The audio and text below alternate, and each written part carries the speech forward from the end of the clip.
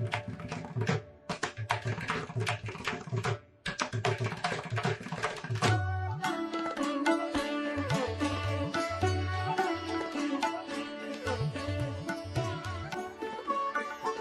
शांति।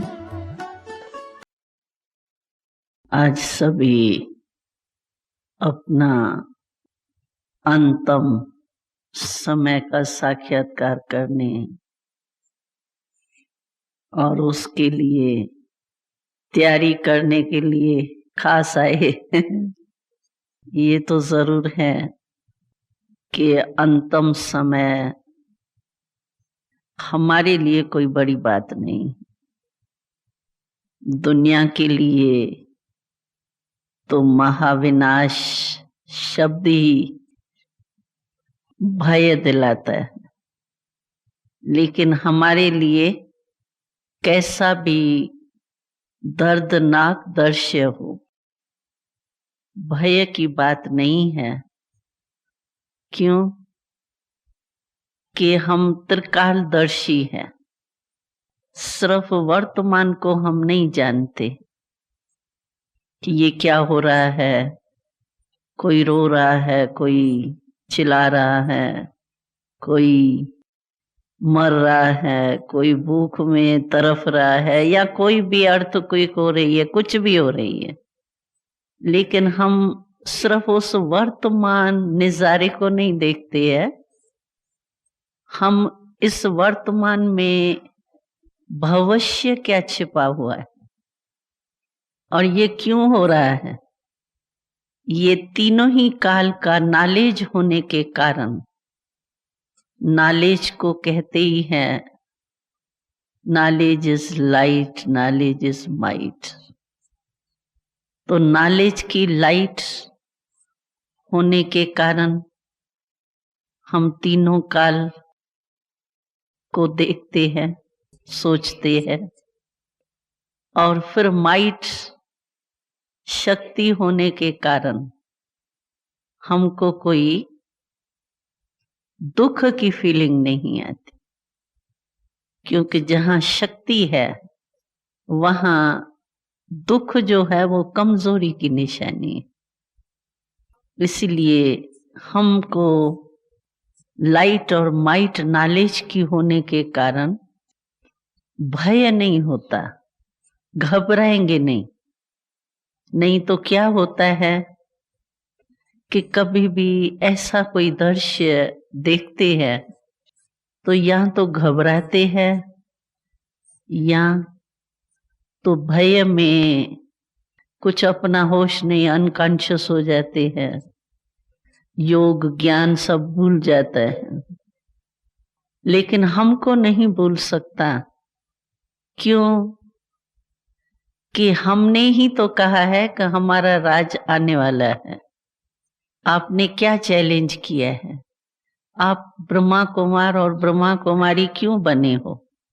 इसीलिए ही बने हो ना, तो पुरानी सृष्टि का विनाश और नई सृष्टि की स्थापना करने के निमित्त है। आपका ऑक्यूपेशन क्या है? यही है ना। ब्रह्मा बाबा के साथ हम ब्राह्मण भी तो है ना। सिर्फ ब्रह्मा बाबा ने स्थापना करनी है नई दुनिया की, ये तो नहीं है ना। और विनाश के बिना नई स्थापना कैसे होंगी? आप सोचिए, नया मकान हमको बनाना है तो पुराने को जरूर विनाश होना पड़ेगा, तभी तो नया बनेगा ना। पुराने के बीच में नया तो नहीं बनाएंगे ना, वो तो हो गया रिपेयर करना, नया तो नहीं कहेंगे ना उसको। तो हम लोगों का संगम पर चैलेंज ही है, या संगम पर ब्राह्मण आत्माओं का ऑक्यूपेशन ही ये है कि पुरानी सृष्टि जाने वाली है, नई सृष्टि आने वाली है। वहां भाषण में क्या कहते हो? कलयुग जाना है, जा रहा है, और सतयुग आ रहा है। यही तो भाषण करते हैं ना। तो सतयुग आएगा तो कलयुग जाएगा तब तो सतयुग आएगा ना, रात जाएंगी तभी तो दिन आएगा ना। तो किसने विनाश को आह्वान किया? आपने ही तो किया ना, हम सब ने किया ना। तो जिन्होंने ये सोचा कि हमको नई सृष्टि रचनी है, बनानी है, रचनी माना कोई नई सृष्टि नहीं रचेंगी, पुरानी से ही नया होगा। तो जब हम लोगों ने ये कर्तव्य ही ये उठाया है तो ये तो होगा ही ना। तो हम लोगों को पता है ये होना ही है, नथिंग न्यू, क्योंकि हमने ही ठेका उठाया है। हम सब ठेकेदार हैं इस बात के। तो जिसने ठेका उठाया है वो क्यों भयभीत होंगे? वो तो खुशी से करेंगे ना। इसलिए हमको भयभीत होने की कोई बात नहीं। एक बात जो हमने अभी सुनाई कि हमारे को त्रिकालदर्शी होने के कारण हमें पता है कि विनाश में छिपा हुआ क्या है। ये कल्याणकारी विनाश है, वैसे भी देखिए आप। और दूसरी बात है कि ये नथिंग न्यू है, हमको पता है ये होना ही है। तो नई चीज नहीं होने के कारण, त्रिकालदर्शी होने के कारण हमको घबराना या भय की कोई आवश्यकता नहीं होगी ही नहीं होगी। त्रिकालदर्शी को भय हो सकता है? हो सकता है? हाँ, नो या यस? नो। हाँ, तो डरेंगे नहीं ना। हाँ, डरेंगे तो नहीं, क्या होगा विनाश में, ऐसा होगा ऐसा होगा, डरेंगे तो नहीं। डरेंगे? यस या नो? हाँ, नो कि तोरा तोरा डरेंगे? तो एक बात ये बुद्धि में रखो कि हमको विनाश जिस समय देखना है ना, उस समय आपको त्रिकालदर्शी स्थिति के तख्त पर बैठ करके देखना है। अगर त्रिकालदर्शी स्थिति में नहीं देखेंगे ना तो भयभीत तो होंगे, घबराएंगे। और दूसरी बात, तो ये विनाश जो है ना वो कोई साधारण विनाश नहीं है। ये विनाश जो है वो एक बहुत कल्याणकारी विनाश है। आप कहेंगे नाम विनाश, सबका मृत्यु होगा और कल्याणकारी कैसे हुआ? मृत्यु तो खराब चीज होती है ना। लेकिन नहीं, ये विनाश जो है वो कल्याणकारी है। क्यों कल्याणकारी है? क्योंकि सभी आत्माएं, मेजॉरिटी आप सोचो तो सब आत्माएं क्या चाहती है? किसी से भी पूछो, धार्मिक आत्माओं से या वैसे, तो कहेंगे बस हमको मुक्ति चाहिए, जीवन मुक्ति नहीं चाहिए, चक्कर में आने नहीं चाहते, हमको तो मोक्ष चाहिए, मुक्ति बस चाहते हैं ना सभी। तो इस विनाश के बाद क्या मिलेगा आत्माओं को? क्या मिलेगा? हमको तो मिलेंगी जीवन मुक्ति, हम तो राज पर राज करेंगे। लेकिन दूसरी आत्माएं सारी कहाँ जाएंगी? परम धाम में जाएंगी ना, रेस्ट करने। तो जो आत्माओं की शुभ इच्छा है कि हमको मोक्ष चाहिए, मोक्ष माना सदा के लिए तो मोक्ष नहीं मिलता, लेकिन फिर भी चक्कर से निकलने चाहते हैं, रेस्ट में रहने चाहते हैं, वो तो इस विनाश के बाद ही मिलेगा ना। तो ये विनाश जो है वो कल्याणकारी अज्ञानियों के लिए इसीलिए है क्योंकि उनके अनेक जन्मों की आशा जो मोक्ष प्राप्त करने की है, चक्कर से निकलने की है, वो उनको आधा कल्प तो आराम से बैठे रहेंगे, जन्म मरण के चक्कर में आएंगे ही नहीं। और हम लोग जो है, हम लोगों के लिए दूसरा कल्याणकारी ये है कि हमको वर्षा मिल जाएगा जीवन मुक्ति का। स्वर्ग के फाटक यही विनाश खोलेगा। हम लोग कहते हैं ना, ये जो महाविनाश है ये दरवाजा है, गेट है हेवन का। तो जब विनाश होगा ये पुरानी दुनिया खत्म होगी, सभी आत्माओं की जनसंख्या कम हो जाएंगी, परम धाम में जाके बैठेंगी, तभी तो हम थोड़े से राज करेंगे ना। तो दो कल्याण है इस लड़ाई में भरे हुए। हमारे लिए स्वर्ग का गेट खुलेगा और दूसरों के लिए जो है वो मुक्ति को प्राप्त होंगे। तो विनाश कल्याणकारी हुआ ना। इसीलिए ये नॉलेज होने के कारण हम घबराते नहीं हैं, भयभीत नहीं होते। ठीक है ना? होंगे भयभीत कि उस समय पता पड़ेगा। अभी तो कह देते हैं नहीं, फिर उस समय थोड़ा लाल खून देखेंगे तो भय तो नहीं होगा। नहीं।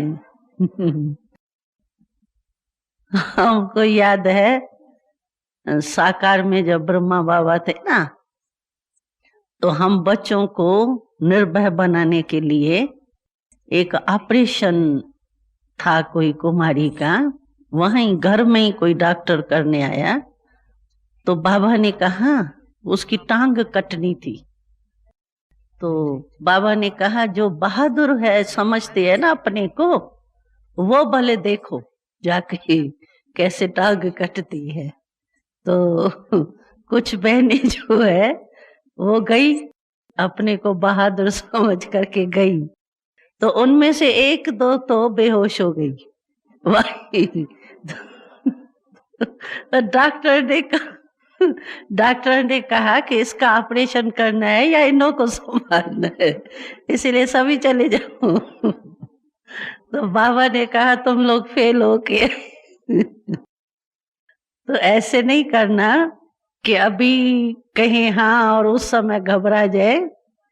तो घबराना नहीं है, उस समय ये स्मृति लाना है।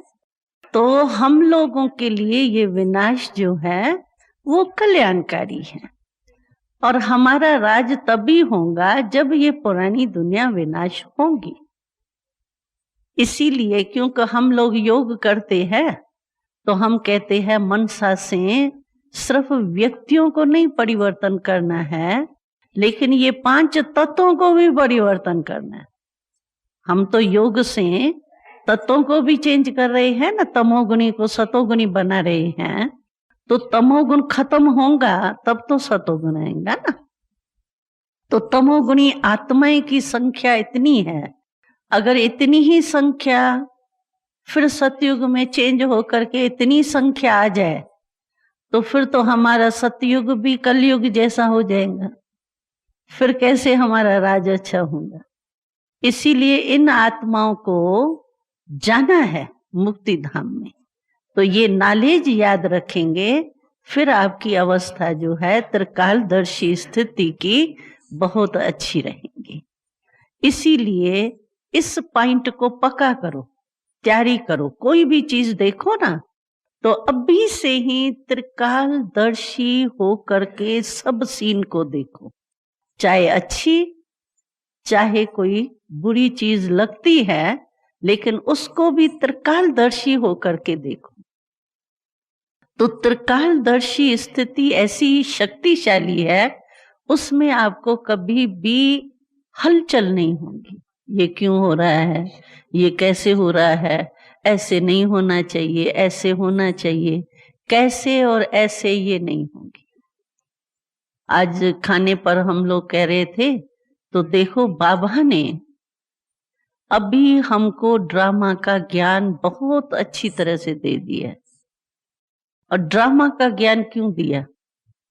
आत्मा का ज्ञान दिया, परमात्मा का दिया, बस ठीक है, आत्मा और परमात्मा का कनेक्शन है। ड्रामा का ज्ञान क्यों दिया? लेकिन देखा जाता है कि आत्मा और परमात्मा के ज्ञान का प्रैक्टिकल जो जीवन में प्रभाव पड़ता है, वो ड्रामा के नॉलेज की बहुत उस समय आवश्यकता होती। इसीलिए ये बात हंस रहे थे, तो देखो बाबा कहता है कि कहो वाह ड्रामा वाह, यही कहते हैं ना बाबा कि क्या कहो, वाह ड्रामा वाह वाह, यहाँ हाय ड्रामा हाय, हैं? हाय ये क्यों हुआ, हाय ये ऐसे क्या, ये हाय हाय तो नहीं होता। हाँ, वाह वाह करो, वाह। कोई भी बात उल्टी भी होती है ना, उस उल्टी में भी हमारा कल्याण समाया हुआ है। लेकिन त्रिकालदर्शी होकर के नहीं देखते है ना, तो फिर हमको ये हाय हाय, थोड़ी हाय हाय होती है मन में, संकल्प में, मुख से नहीं हाय हाय कहेंगे, लेकिन हलचल होती है तो हाय हाय हुई ना, वाह वाह थोड़ी हुई। इसीलिए ड्रामा का ज्ञान भी बहुत बहुत जरूरी है। कोई भी माया की हलचल होती है तो बाबा ने हम लोगों को पक्का कर दिया है कि कोई बात है उससे तुम पाठ पढ़ लो। बात को उस रीति से नहीं देखो, ये बात क्यों हुई, क्यों हुई, कैसे हुई, इसने ये क्यों कहा, इसने ये क्यों किया, मेरे से ही ये क्यों हुआ, दूसरे से नहीं होता, मेरे से ही क्यों होता। ये जो क्वेश्चन उठते हैं ना, ये हलचल मचाते हैं, हाय हाय का थोड़ा सा असर होता है। लेकिन अगर उससे देखो कि इस में हमारे को फायदा क्या हुआ, ये हमको कौन सा पाठ पढ़ा रही है बात। मानो कोई ने गिलानी आपको कर दी और गिलानी गाली दे रही है, इंसल्ट कर रही है, तो बाहर से तो ये बुरी चीज दिखाई देती है ना। लेकिन वास्तव में अगर हम देखें तो कोई भी हमारी इंसल्ट करता है, गिलानी करता है, गाली देता है, या मेरे को नीचा करके खुद को ऊंचा उठाता है, तो वास्तव में ये हमको सहन शक्ति का पाठ पढ़ाता है। ये पेपर हमको सहन शक्ति के पाठ में पक्का करता है। अगर आप उस विधि से देखेंगे उसको, तो आपको क्यों क्या नहीं उठेगा, और उस रीति से देखेंगे क्यों मेरे साथ ही क्यों होता है, मेरा भाग्य शायद है ही नहीं, मेरा ड्रामा में ऐसा ही पार्ट है, मेरे को शायद बाबा इतना ऊंचा उठाना ही नहीं है। अभी ये फालतू संकल्प नेगेटिव, अभी नेगेटिव को उस समय पॉजिटिव में चेंज करो फौरन, तो क्या होगा, कल्याण उसमें क्या भरा हुआ है, सहनशीलता का पाठ। अभी हम उस पॉजिटिव को देखते नहीं है, सिर्फ नेगेटिव को देख रहे हैं, तो इसीलिए हमको क्वेश्चन मार्क बहुत उठे। अगर उस रीति से उठे ना, सोचे ना, तो इसमें फायदा क्या है मेरा, इससे मैं फायदा क्या ले लूं। बाबा ने एक बहुत अच्छा मिसाल दिया था, तो गुलाब का फूल है, खुशबू कितनी अच्छी होती है। गुलाब का फूल देखेंगे हम समझेंगे, पहले नाक पर रखेंगे, खुशबू अच्छी है, लेकिन पैदा कहां से होता है, उसका धरनी क्या होती है, खाद, कितनी गंदी खाद होती है, और उस गंदी खाद से वो अपनी कितनी खुशबू अच्छी ले लेता है तो खाद ना खराब ना। जब खाद डालते हैं तो हम नाक बंद करके वहां से चलते हैं, कहते बड़ी बदबू है, खिड़की बंद करो। और जब गुलाब का फूल खुशबू लेकर के बाहर निकलता है तो हम नाक पर रखते हैं, सूंघते रहते हैं।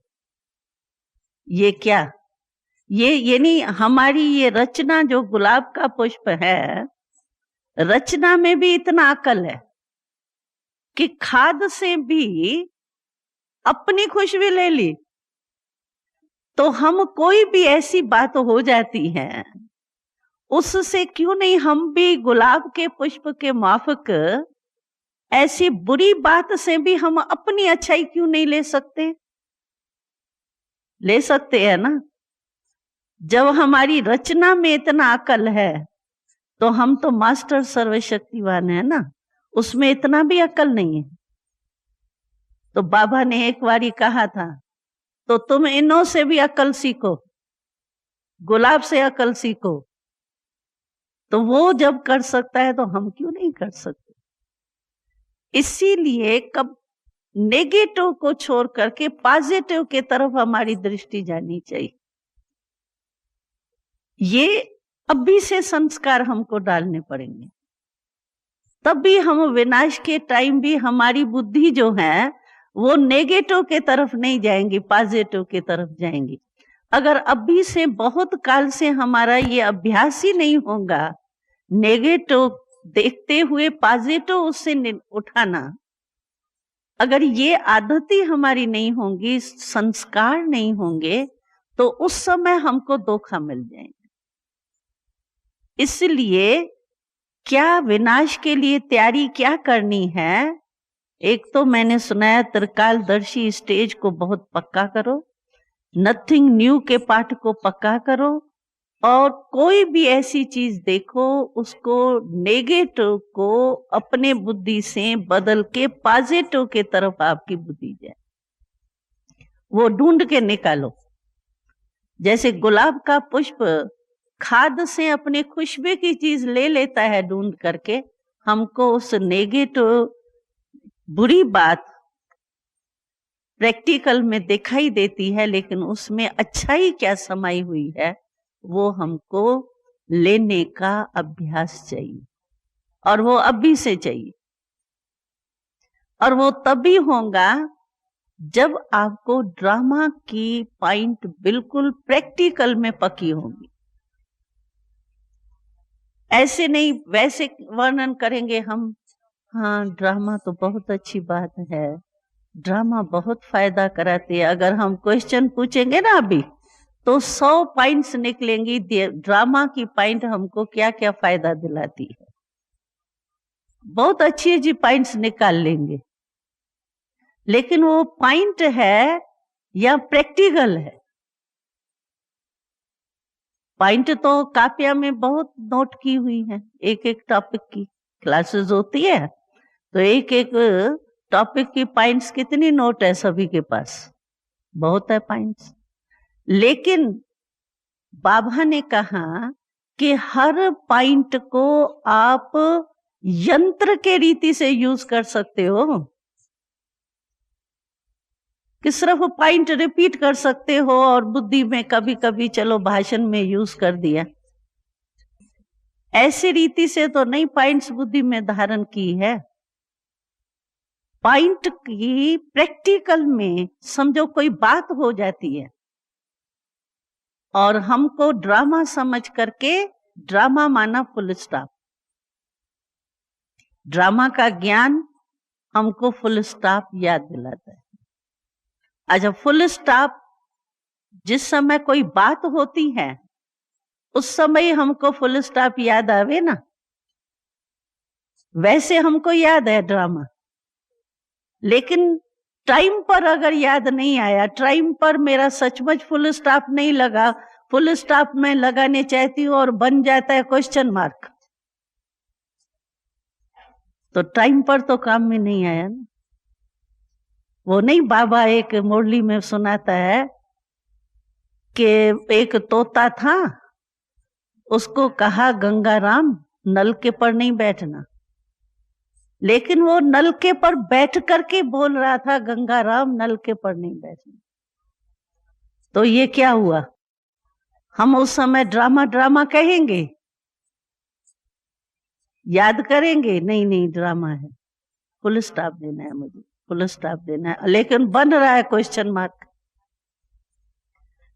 क्वेश्चन उठ रहे हैं, ये क्यों हुआ, ये क्या हुआ, ये ऐसे वैसे ये वो, तो ये क्या हुआ, फुल स्टॉप हुआ या क्वेश्चन मार्क हो गया? तो यंत्र माना जैसे रॉकेट है, अभी रॉकेट समय के लिए है ना, और जब समय आवे उस समय रॉकेट चले ही नहीं, तो काम की क्या हुई? वैसे हम कहेंगे बड़े खुश हो रहे हैं, हमारे देश में इतने बड़े बड़े रॉकेट है, ऐसे है जो बस सेकंड में वहां पहुंच जाएंगे दुश्मन के देश में, और उस समय चले ही नहीं, तो रिजल्ट क्या होंगी? बाबा हमको कहता था कि तलवार तो तुम्हारे पास है ज्ञान की, लेकिन ज्ञान की तलवार में जवर है जो टाइम पर काम में आवे, ऐसे तो नहीं जंग लग जावे और फिर तुम कहो नहीं मेरी तलवार तो बढ़िया है, और जब टाइम आवे निकालो तो जंग लगी हुई हो, अपने आप को भी वो मेहनत करनी पड़े, कटे कुछ भी नहीं। तो बाबा हम लोगों को हंसाता था, अगर हम कोई भी बात समझो ऐसे में फेल हो जाते थे ना, तो बाबा कहता था इसकी जो ज्ञान की तलवार है ना, वो रखे रखे जंग लग गई है, इसीलिए काम में नहीं आई। तो बाबा हमको कहता था क्यों तुम्हारी जंग लग गई है तलवार, ज्ञान तलवार में, ज्ञान तलवार से इस पेपर में पास हो जाओ ना, इसको खत्म करो ना। नहीं खत्म कर सकती हो माना तलवार ठीक काम नहीं करती, और टाइम पर नहीं किया, पीछे आप ठीक करके रखो और टाइम पर फेल हो जावे, वो क्या काम हुआ। यंत्र माना तो टाइम पर काम में आवे ना। तो अभी से आप चेक करो। तो सचमुच जिस समय कोई बात आती है उस समय मेरा फुल स्टॉप लगता है। ड्रामा की पॉइंट प्रैक्टिकल में यूज होती है, अगर नहीं होती है तो क्यों, उसका कारण, और उस कारण को समझ करके निवारण करो अभी से। नहीं तो क्या है कि अंतिम समय का बाबा ने कहा है कि जो एक्सट्रीम सीन होंगी वो ज्यादा टाइम नहीं चलेंगी। आपका जो फाइनल पेपर होना है, जिस अनुसार आपको नंबर मिलना है पास विद ऑनर का या पास का, वो 1 सेकंड का पेपर बाबा ने कहा होना है, 1 सेकंड। और फिर क्वेश्चन भी कौन सा आना है वो भी बाबा ने सुना दिया है कि एक ही क्वेश्चन आना है 1 सेकंड का। वो क्वेश्चन क्या आना है, नष्टो मोहा स्मृति स्वरूप। बिल्कुल उस समय 1 सेकंड में बिल्कुल कोई मोह, अपने तरफ भी मोह नहीं जाए, अपने बॉडी कॉन्शियसनेस में नहीं आ जाए। हाय, तो बॉडी कॉन्शियसनेस हुआ ना, ये क्या, ये होता है, तो ये क्या हुआ, बॉडी कॉन्शियसनेस हुआ। 1 सेकंड में बॉडी कॉन्शियस में मैं आ गई, फिर मैं युद्ध करूं, नहीं नहीं नहीं नहीं, मुझे नहीं फेल होना है, सेकंड तो बीत गया, तो पास कैसे हो। इसीलिए बाबा कहते हैं कि लास्ट समय के तैयारी के लिए आप अभी से अपना, जैसे आजकल कॉलेज स्कूल में 3 मास का पेपर लेते हैं, फिर 6 मास का, फिर 9 मास का, फिर 12 मास का फाइनल पेपर होता है। तो बच्चों को पता पड़े कि हम किस किस बात में फेल हैं, कमजोर, उसको ठीक कर दे। इसी रीति से हमको अपना ही टीचर बन करके अपनी चेकिंग आप ही करनी चाहिए, अपना पेपर आप ही लेते जाओ, क्योंकि पेपर तो ड्रामा अनुसार सभी के पास आता ही है। कोई कहे हमारे पास पेपर आता ही नहीं है, तो फिर तो पास हो करके सूखे वतनवासी हो जाए, यहां बैठा है तो कोई पेपर है अभी। तो इसीलिए पेपर तो आना ही है, हर एक को अपने अपने ढंग का पेपर आता है, लेकिन आता सभी के पास है और आना ही है, ये पक्का है कि आना ही है। और जितना आगे हम बढ़ेंगे उतना पेपर थोड़ा गुह्य होता जाएगा। छोटे केजी का पेपर जो होता है और बड़े क्लास का जो पेपर होगा वो जरूर फर्क होगा ना। तो पेपर तो आने ही है, आते ही हैं, लेकिन हम कहाँ तक उस पेपर में प्रैक्टिकल में पास हो जाते हैं, वो हमको अपने आप को चेक करना है। दूसरा अगर चेक करेगा तो आप बॉडी कॉन्शियस के संस्कार है ना 63 जन्म के, तो वो उसमें कहीं टालने की कोशिश कर, नहीं ऐसा नहीं था, मेरी गलती नहीं है, इसने ऐसे किया ना तभी मैंने किया। दूसरे के ऊपर जितना हो सकेगा कोशिश करेंगे कि दूसरे के ऊपर आ जाए बात, मेरे उससे टल जाए। ये बॉडी कॉन्शियसनेस का बीज है।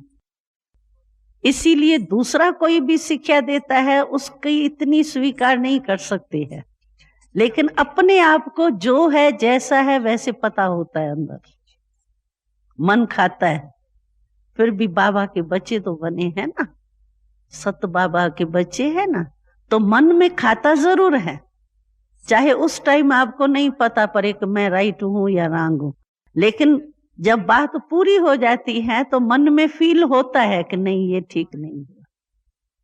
फिर अलबेलेपन में हम चला देते हैं, ठीक है ऐसे तो चलता ही है, ये सभी से ऐसा ही होता है, सब ऐसे ही चल रहे, तो वो तो अलबेले के कारण फिर हम उसको टाल देते हैं, लेकिन मन में आता जरूर। इसीलिए अभी से अपनी चेकिंग अच्छी तरह से करो कि सचमुच कोई भी बात हो, अच्छी हो तो ऐसे नहीं अच्छे में एकदम अपने अभिमान में आ जाए, मैं ही बस बहुत अच्छी, देखा मेरे को सब अच्छा कहते हैं, अच्छे में एकदम ज्यादा उसमें ऊपर नहीं उठ जाओ, और कोई गड़बड़ की बात हो तो नीचे बिल्कुल नहीं आ जाओ, नॉर्मल रहो। बाबा ने कहा ना, उमंग उत्साह होना चाहिए, लेकिन कभी प्रेशर जो है वो हाई हो जाता है, कभी प्रेशर लो हो जाता है उमंग उत्साह, लेकिन फिर भी नॉर्मल होना चाहिए प्रेशर, ऐसे नहीं कभी हाई हो जाए, जब हाई होगा तो लो भी हो जाएगा, नॉर्मल होगा तो ठीक होगा। तो अपनी चेकिंग आप ही करो, फिर आपको पता पड़ेगा कि अंत टाइम की मेरी सचमुच तैयारी है। जो पेपर आना है नष्टो मोहा, माना कोई में भी मेरा मोह नहीं जाए, मानो कोई चिल्ला रहा है या कोई ऐसा दर्दनाक दृश्य मेरे सामने आया है, तो मुझे पता है कि ये होना ही है, नथिंग न्यू, क्योंकि ये होने के बाद ही सवेरा, अंधकार खत्म होगा तभी सवेरा आना है। तो इस नॉलेज के आधार से मैं कहां हलचल में तो नहीं आ जाती,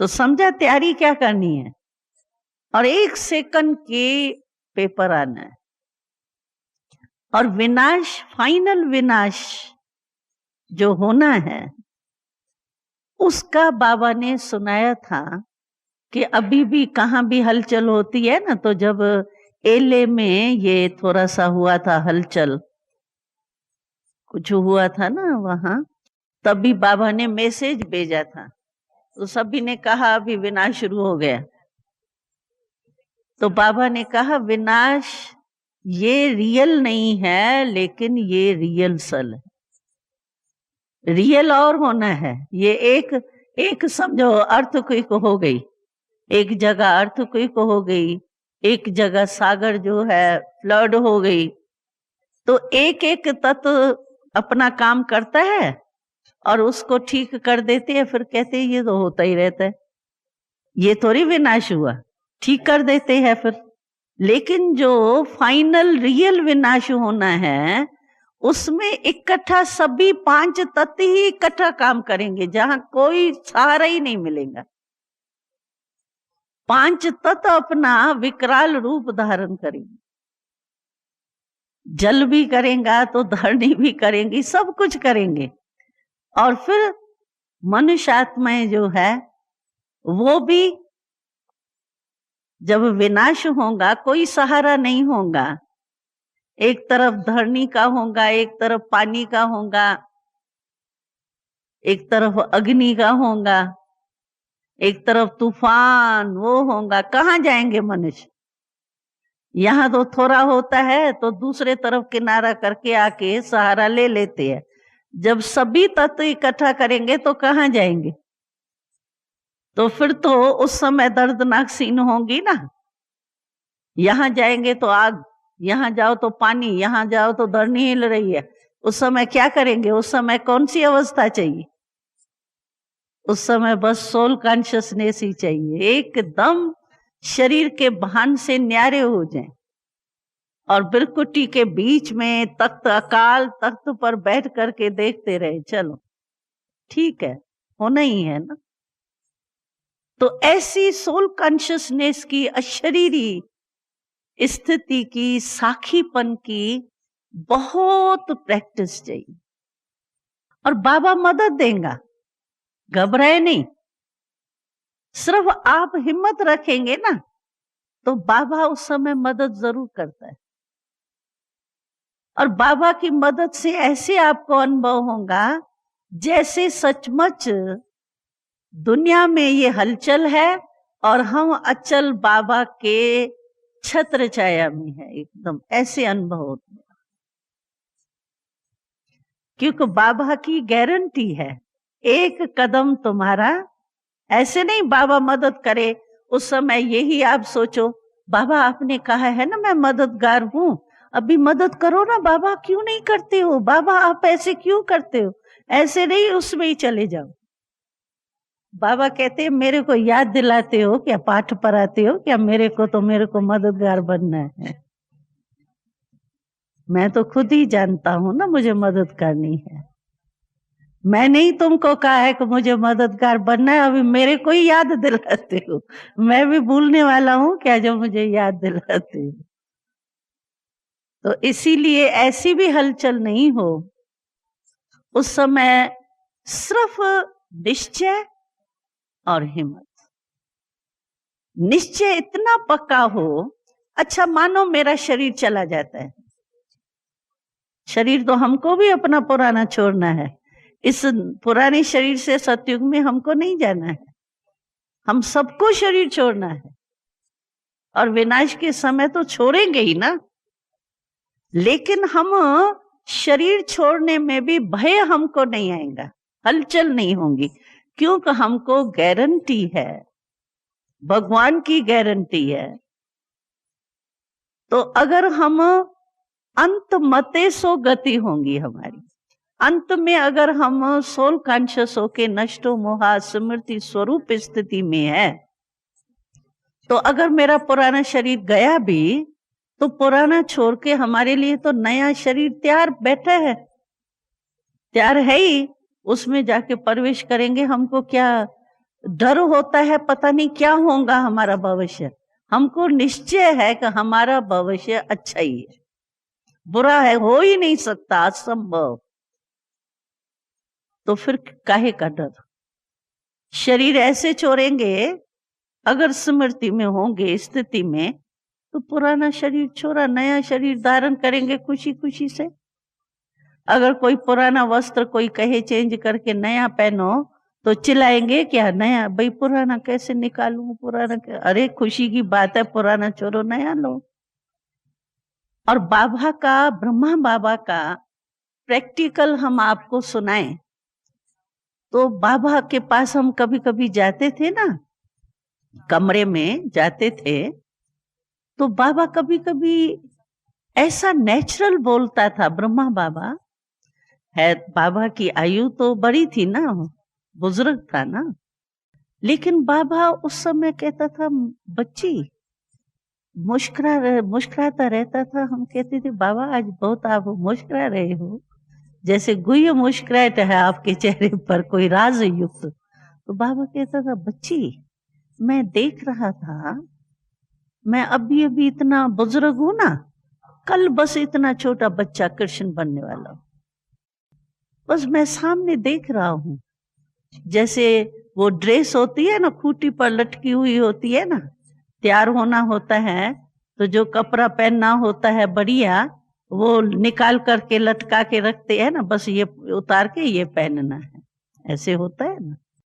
तो बाबा कहता था मैं ऐसे देख रहा हूं कि जैसे खूंटी पर मेरी वो कृष्ण की जो ड्रेस है ना, शरीर रूपी ड्रेस, वो लटक रही है, बस ये, बस मैं ब्रह्मा हूं आज और कल जाके ये बनूंगा, बस ये ड्रेस पहनूंगा मैं, तो मुझे सामने वो दिखाई दे रही है। तो बाबा बहुत एक जैसे राजयुक्त मुस्कुराता था, और जैसे सचमुच हम लोग भी देखते थे कि सचमुच बाबा की ड्रेस सामने दिखाई दे रही है। तो इसी रीति से हमारा अभ्यास होना चाहिए। बस आज हम ब्राह्मण हैं, हमारे लिए देवी देवता रूप की ड्रेस तैयार है, बस जाके पहननी है।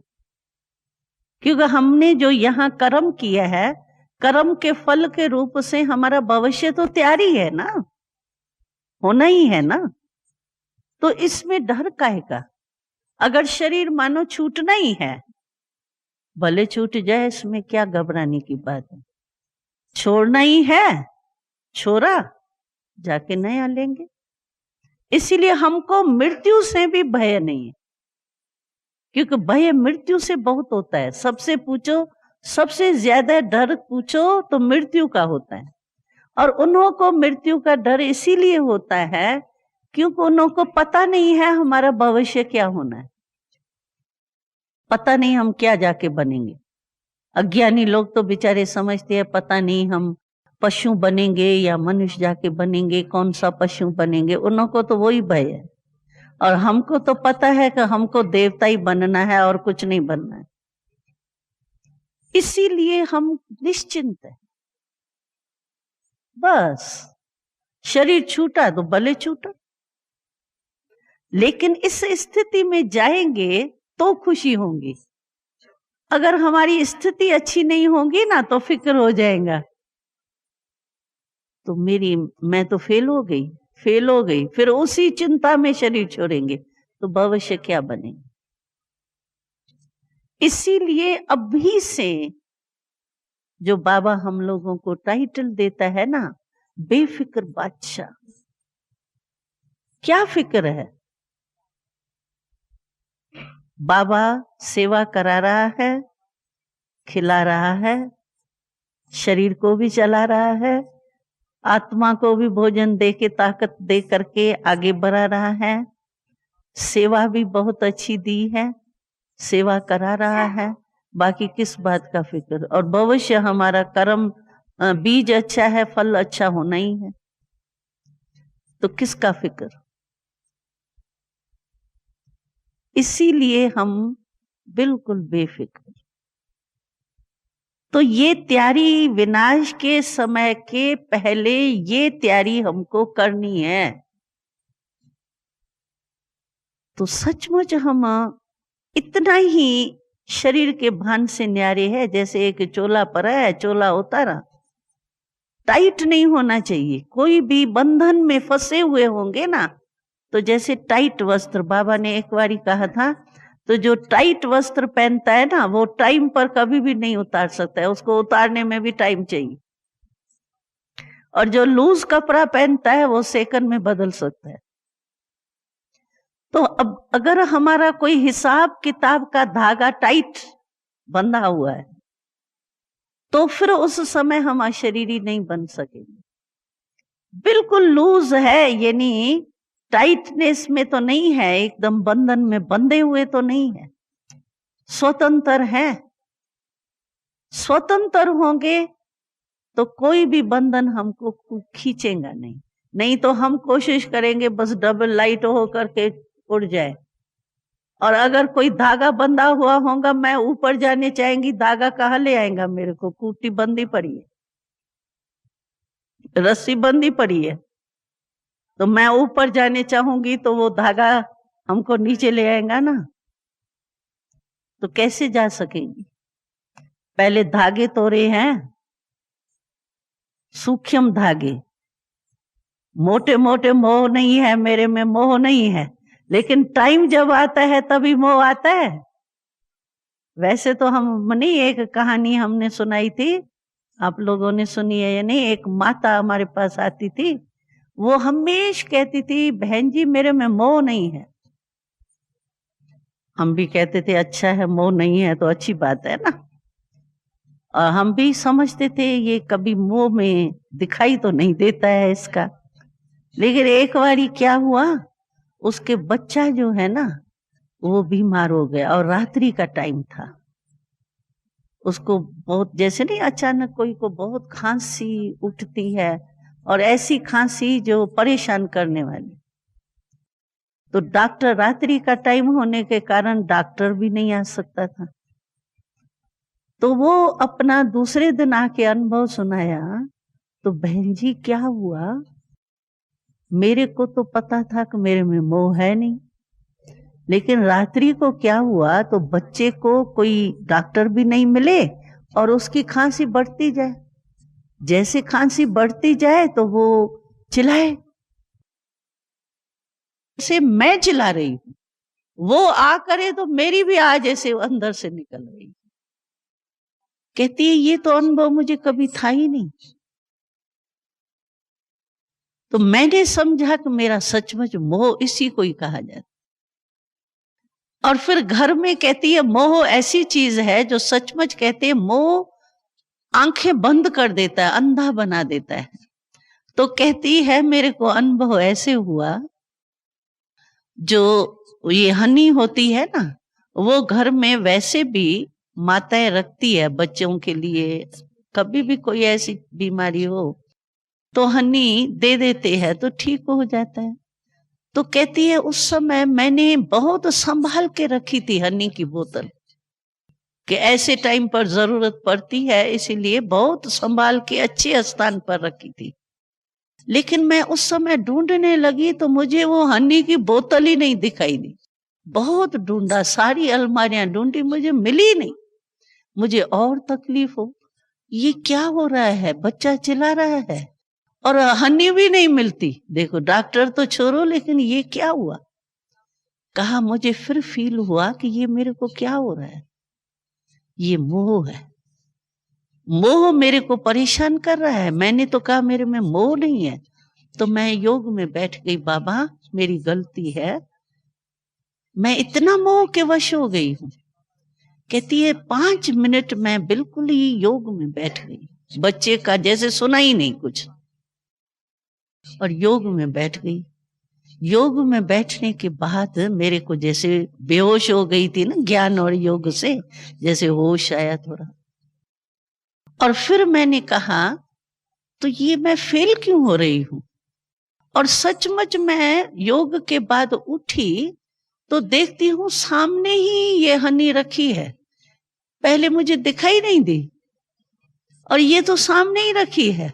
और सचमुच मैं उठी, हनी को उसको दिया गर्म पानी करके, उसकी खांसी ठीक हो गई। तो कहती है मोह जब टाइम आया ना तभी मुझे पता पड़ा कि मोह होता है, नहीं तो मैं तो समझ रही थी मेरा मोह है ही नहीं। तो ऐसे नहीं आप भी वो समझो कि नहीं मेरे तो सारे विकार खत्म हो गए हैं, लेकिन अंदर देखो अंश मात्र के रीति से भी तो नहीं है। जैसे एक बारी बाबा ने बहुत हंसाया था, कहते हैं बच्चे कहते हैं कि मेरे में लोभ नहीं है बाबा, लोभ मेरा सारा खत्म हो गया, आसक्ति नहीं है मेरी, लोभ नहीं है, मैं लोभ से ठीक हूं, लेकिन इच्छा नहीं है, थोड़ा ये चीज अच्छा लगता है, इच्छा नहीं है, अच्छा लगता है, अच्छा लगता है माना।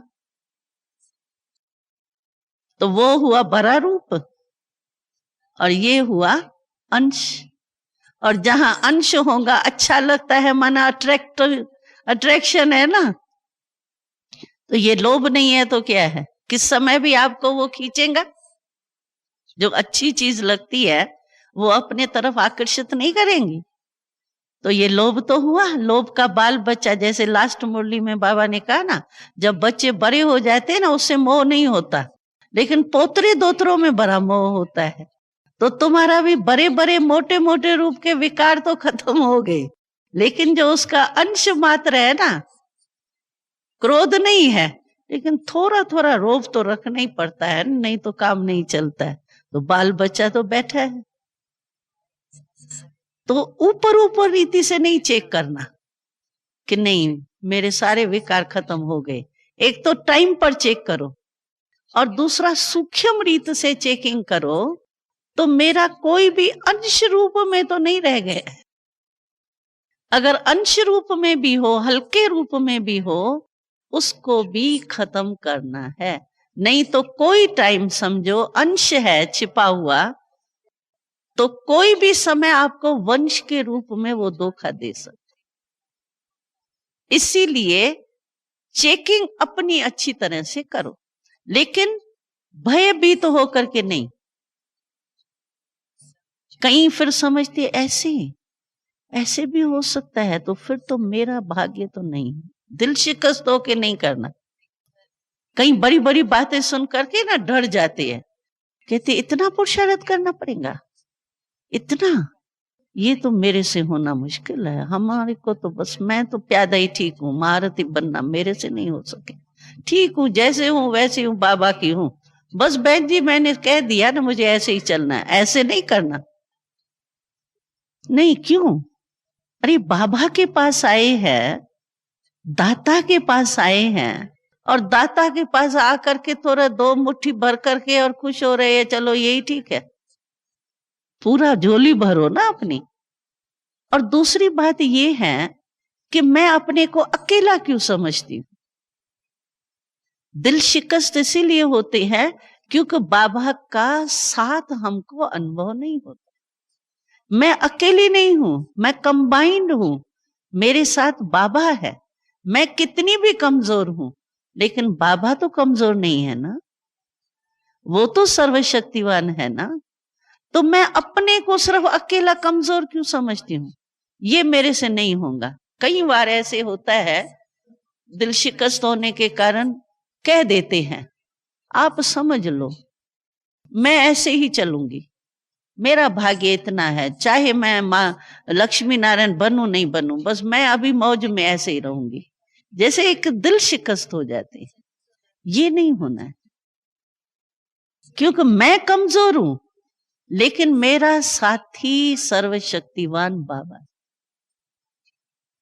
तो कमजोर को सर्वशक्तिवान का साथ है, तो कमजोर भी तो मास्टर सर्वशक्तिवान हो जाएगा ना। तो अकेला समझते हैं ना, हमको करना है, हमको इतना सोचना है, हमको कर, अरे मेरे साथ बाबा है। बाबा से जितना जिगरी प्यार होगा ना, जिगर का, दिल का, एक है नॉलेज के रीति से हमको पता है बाबा बाबा है हमारा। तो बाबा ने कहा था, एक है दिमाग से बाबा को पहचानने वाली, और दूसरे है दिल से पहचानने वाली। तो दिमाग की रीति से अगर हमने बाबा को पहचाना है, हाँ ठीक है, निराकार है, ज्योति बिंदु है, परम धाम में रहता है, आया है, संगम है, सतयुग होना है, बस बाबा ये है, बाबा ज्ञान का सागर है, प्यार का सागर है, शक्तियां ये है, बस उसको समझो हमने दिमाग के रीति से नॉलेज के आधार पर जान लिया बाबा ये। लेकिन मेरी दिल कहती है मेरा बाबा है, बाबा है। बाबा माना वर्षा देने वाला, क्योंकि फॉरेनर्स में बाप के प्यार का इतना अनुभव मैं समझती हूँ कि लौकिक फादर में का प्यार बच्चे से क्या होता है इतना अनुभव नहीं होता है शायद। लेकिन ये अलौकिक बाप है। और बाबा हम किस आधार से माने? लौकिक फादर के प्यार का हमको अनुभव नहीं भी हो, लेकिन बाप माना वर्षा देने वाला। तो बाबा ने हमको वर्षा दिया है ना, सुख का अनुभव होता है ना, चलो सदा नहीं होता है, लेकिन कभी हुआ है, तभी तो ब्रह्मा कुमारी बने हैं, ब्रह्मा कुमार बने हैं। तो बाबा हमारा बाबा इसीलिए है क्योंकि हमको उससे वर्षा मिला है, सुख का, शांति का, आनंद का, प्रेम का, निस्वार्थ प्यार का। तो वर्षा देने वाला हमारा कौन हुआ? किससे वर्षा मिलता है? ब्रदर को ब्रदर से वर्षा नहीं मिलता है, फादर से मिलता है। तो फादर का नाता हमारा, वो प्राप्ति को याद करेंगे ना, बाप ने मुझे वर्षा दी है, उस संबंध से आपको अनुभव होगा बाप और बच्चे का। वर्षे को याद करो, हमको क्या बाबा ने दिया, क्यों दिया, मेरे को क्यों दिया? कोई संबंध से दिया जाता है, ऐसे ही थोड़ी दिया जाता है। तो क्या संबंध हुआ हमारा? हमको बाबा से वर्षे की प्राप्ति हुई, तो वर्षे के प्राप्ति के आधार पर हमारा क्या संबंध हुआ? बाप और बच्चे का हुआ ना। तो दिल आपका मानेगा, सिर्फ दिमाग से नहीं, दिल से प्राप्ति जो होती है ना, कोई भी छोटी सी भी प्राप्ति होती है तो दिल से आवाज निकलता है, प्राप्ति का अनुभव अगर है तो। और वैसे ही नॉलेज के आधार से तो वो प्यार नहीं पैदा होता है, प्राप्ति से प्यार पैदा होता है। तो आप पहले बाप कहते हो, बाप का संबंध है हमारा, तो ऐसे ही नहीं रूखा बस बाबा है, ठीक है मैंने समझा है फादर है। वो फादर क्यों है? ऐसे ही फादर मिला कुछ नहीं, ऐसे ही कह दूं फादर है। अगर मिला है तो क्या मिला है हमको? वर्षा मिला है। और वर्षा हम क्यों कहते हैं? क्योंकि हमने कोई मेहनत से नहीं लिया है। एक होता है जाप करके कुछ प्राप्ति करना, और वर्षा जो होता है वो सहज ही बाप द्वारा एक्स्ट्रा मिलता है। तो ये हमने सुख और शांति की अनुभूति हमारे आत्मा में थी नहीं। हम आत्मा है, लेकिन सुख और शांति का वर्षा था क्या? जब बाबा के बने तभी मिला ना। तो प्राप्ति को, वर्षे को याद करो। क्यों बाबा हम कहते हैं मेरा बाबा है, मेरा है? क्योंकि मेरे को उससे प्राप्ति हुई है, वर्षे की प्राप्ति हुई है। तो ये हो जाएगा आपको दिल से याद करना बाबा को।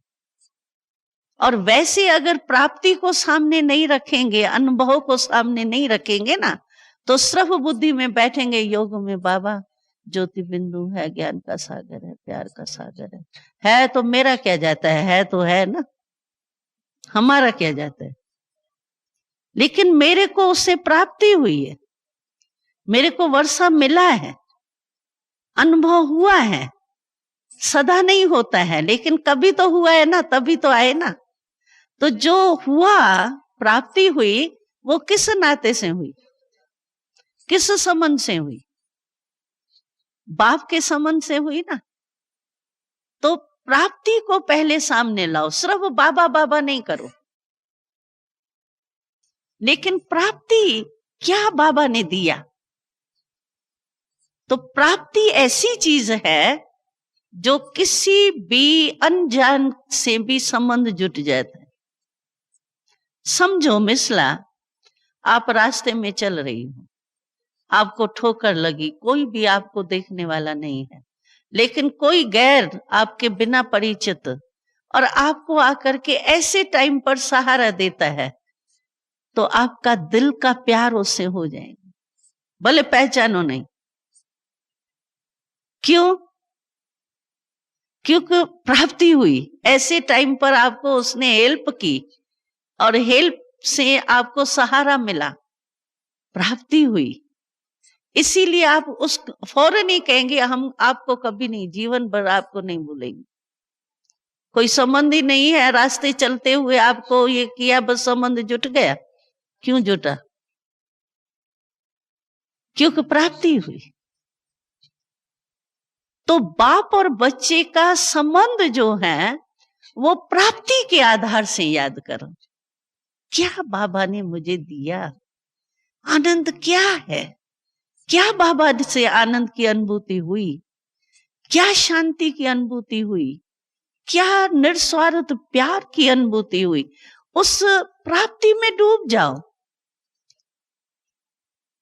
उस अनुभव में खो जाओ। फिर आपको दिल से बाबा का ऐसा अनुभव होगा जैसे बिल्कुल जुड़वी चीज है, कंबाइंड चीज है, जिसको कोई अलग कर ही नहीं सकता। ये है दिल से बाबा को याद करना। बाकी नॉलेज के आधार से आपने याद किया, वो दिमाग के रीति से तो कई याद करते हैं। भले परिचय हमको मिला, लेकिन दिमाग तक है हमारे, तो दिमाग का सदा अनुभव नहीं कर सकेंगे, नजदीक अनुभव नहीं कर सकेंगे। नॉलेज से थोड़ी शक्ति मिलेंगी, बॉडी कॉन्शियस से थोड़े टाइम के लिए सोल कॉन्शियस हो जाएंगे, बाबा की याद से थोड़े टाइम के लिए शांति मिलेंगी, लेकिन सदा एक कनेक्शन जुटा रहे, एकदम कंबाइंड की फीलिंग आवे, जैसे बाबा कहते हैं, वो आप दिल प्राप्ति के आधार पर जब दिल से अनुभव करेंगे ना, वो आपको भूलते भी नहीं भूलेगा। जो बाबा कहते हैं ना, तो अभी तो आप ये कहो कि भूलना मुश्किल है, याद करना मुश्किल नहीं है, लेकिन भूलना मुश्किल। क्यों भूलना मुश्किल है? क्योंकि प्राप्ति के आधार पर मेरे दिल ने माना ये मेरा बाबा है। जब दिल में कोई बात आ जाती है ना तो बहुत मुश्किल निकलती है। दिमाग तक होती है फिर भी चेंज हो जाती है, लेकिन जब दिल में वो प्यार आशिक माशिक है, दिल में समा जाते हैं, कितनी भी दुनिया उसको अलग करे नहीं कर सकती है। ये तो हमारा बाबा है, वो तो सिर्फ एक जन्म का है, क्योंकि दिल ने मान लिया मेरा। तो दिल कहे, जैसे गीत है ना हमारा, दिल कहे बाबा मेरा, हाँ तेरा शुक्रिया, दिल कहे।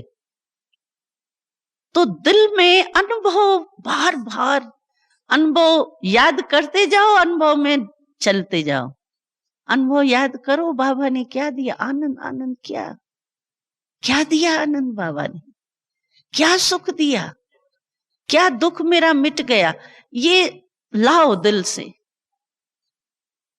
फिर आपको बहुत बाबा की याद नेचुरल है, पुरुषार्थ करना नहीं पड़ेगा और नेचुरल हो जाए, ये अभ्यास हो जाए। बाबा कहना माना आत्मा रूप में स्थित होना।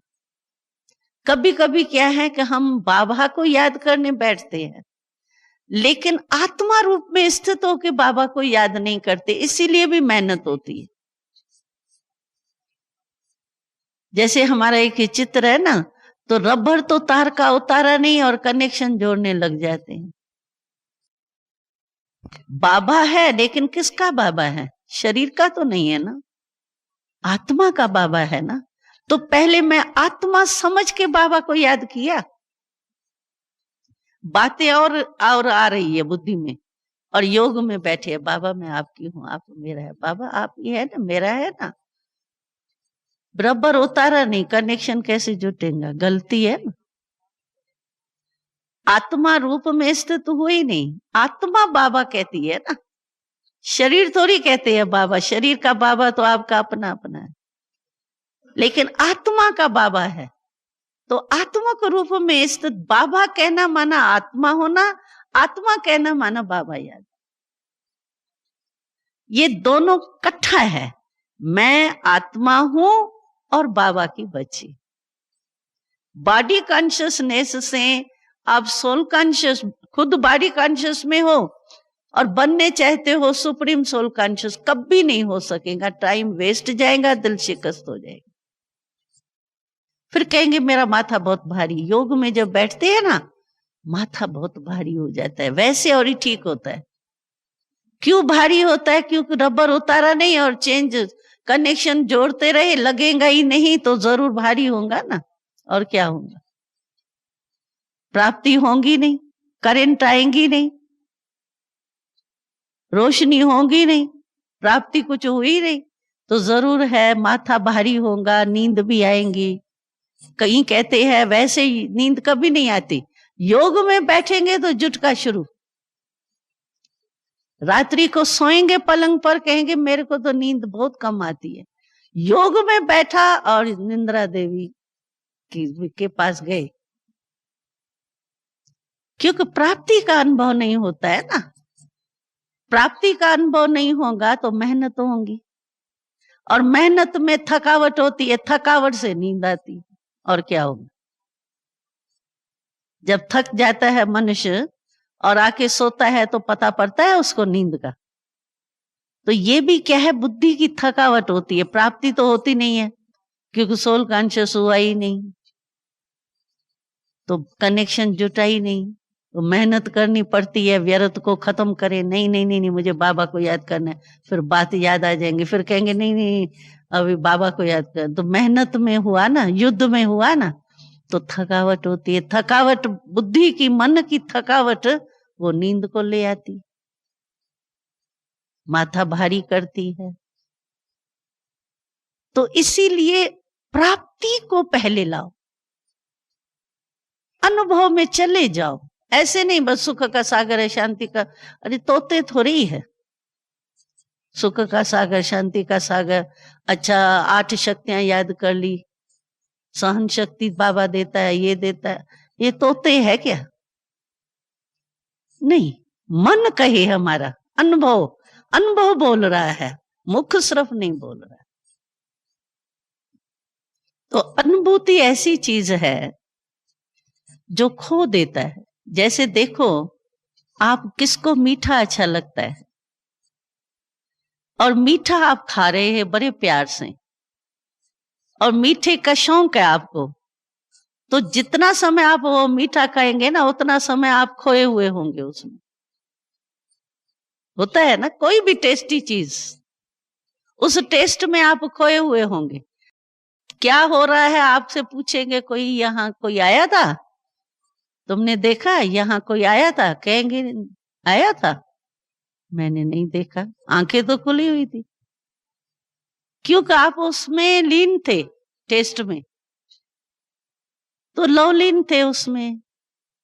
ऐसे बाबा की जो अनुभूतियां हैं उसमें खो जाओ, सिर्फ वर्णन नहीं करो। तो उसको कहा जाता है दिमाग से याद करना, उसको कहा जाता है दिल से याद करना। तो मेरा बाबा जो है वो दिल कहे, सिर्फ दिमाग से नॉलेज के आधार पर नहीं कहे। ये सिर्फ अपना चेक करो तो फिर बहुत अच्छा हो जाएगा, सहज। ठीक है ना?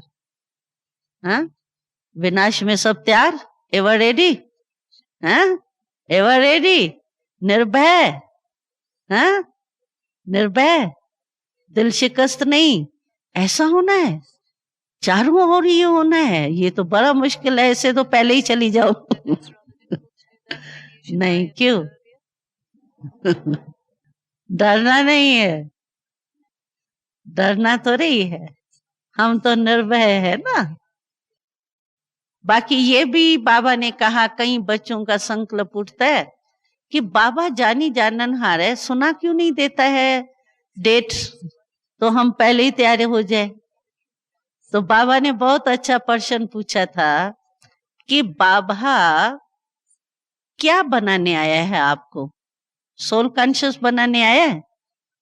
पक्का सोल कॉन्शियस बनाने आया है बाबा? हाँ, क्या बनाने आया है? Soul conscious? हाँ, पक्का सोल कॉन्शियस बनाने आया है ना?